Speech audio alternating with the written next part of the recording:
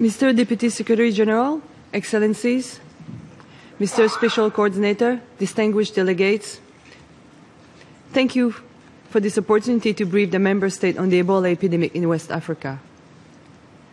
6 months into the worst Ebola epidemic in history, the world is losing the battle to contain it. Leaders are failing to come to grip with this transnational threat.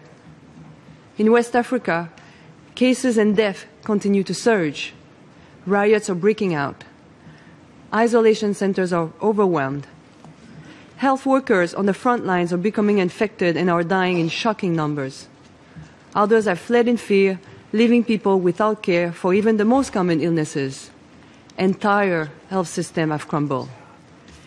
Ebola treatment centers are reduced to places where people go to die alone, where little more than palliative care is offered. It is impossible to keep up with the sheer number of infected people pouring in our facilities. In Sierra Leone, infectious bodies are rotting in the streets. Rather than building new Ebola care center in Liberia, we are forced to build crematoria. Last week, the World Health Organization projected as many as 20,000 people infected over the next 3 months in Liberia, Sierra Leone, and Guinea. We are in uncharted waters. Transmission rates are at unprecedented levels, and the virus is spreading quickly through Liberia's capital, Monrovia. I stand here today as the president of a medical humanitarian organization on the front line of this outbreak since it emerged. My colleagues have cared for more than 2/3 of the officially declared infected patients.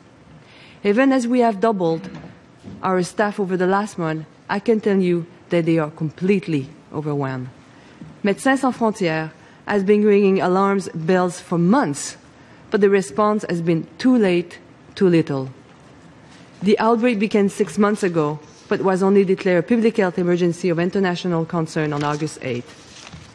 While funding announcements, roadmaps, and finding vaccines and treatments are welcome, they will not stop the epidemic today. We have been losing for the past 6 months. We must win over the next 3, and we can. Many of the member states represented here today have invested heavily in biological threat response. You have a political and humanitarian responsibility to immediately utilize these capabilities in Ebola-affected countries. To curb the epidemic, it is imperative that states immediately deploy civilian and military assets with expertise in biohazard containment. I call upon you to dispatch your disaster response teams, backed by the full weight of your logistical capabilities. This should be done in close collaboration with the affected countries. Without this deployment, we will never get the epidemic under control. The following must be prioritized, and I will echo some of my colleagues before. Scaling up isolation centers, deploying mobile laboratories to improve diagnostic capabilities, establishing dedicated air bridges to move personnel and equipment to and within West Africa, building a regional network of field hospitals to treat suspected or infected medical personnel. While these biodefense teams will help to immediately shore up the response on the ground, the WHO and other public health agencies must operationalize the Ebola roadmap.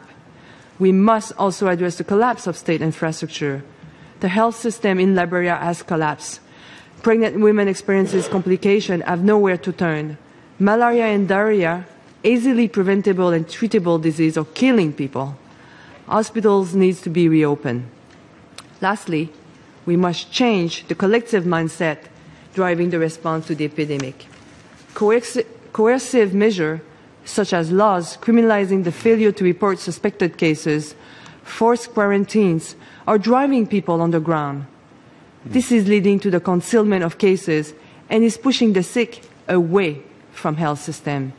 These measures have only served to breed fear and unrest rather than contain the virus.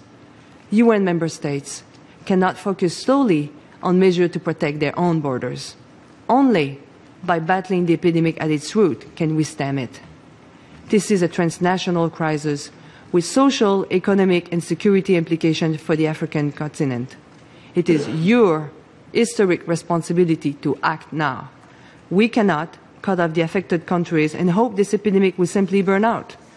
To put out this fire, we must run into the burning building. Thank you.